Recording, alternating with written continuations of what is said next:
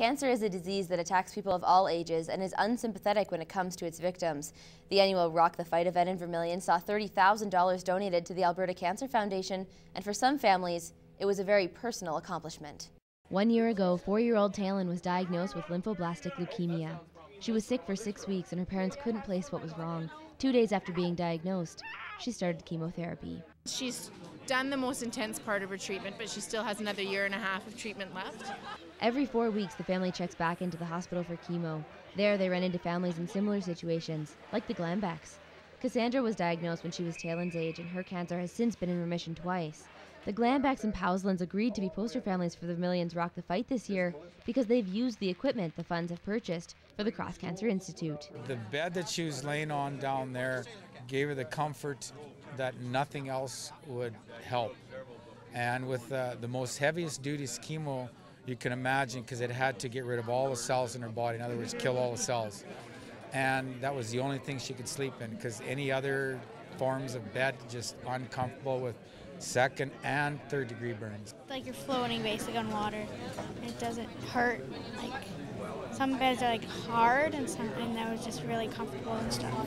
This is the 3rd year Vermilion has rallied to help purchase equipment for cancer patients, and it's continuously being used by people in our region. You don't have to look too far to be touched by cancer. Everyone has relatives, friends, co-workers who have been touched by cancer in some way.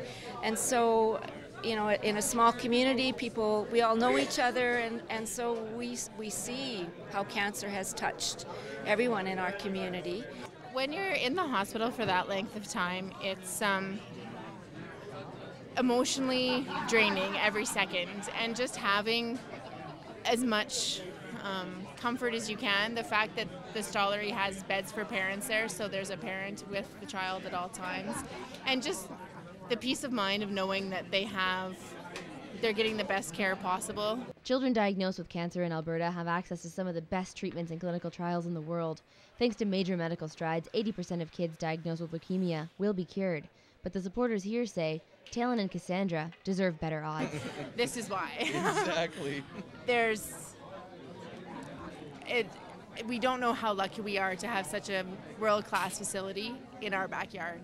And when the kids get sick, that's what they need, is the best care possible, and that's what they get at the stollery, and we want to make sure that that continues.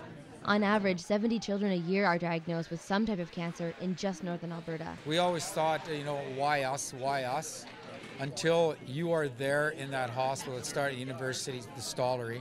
We weren't the only ones. It was like, holy, I don't believe it. But it's a reality they now know all too well. If Cassandra can make it to April 10th, 2011 without any reoccurrences, she'll be what they call out of the woods. And the Powslands are facing the most stressful 18 months of their lives. But communities like these will continue to support them in their fight. Their dollars are being put to very good use, and we're just going to continue on, rocking the fight. That's all the time we have for this week. If you have comments or questions about the show, feel free to email us at the address on your screen. I'm Whitney Stinson, and we'll see you around the region.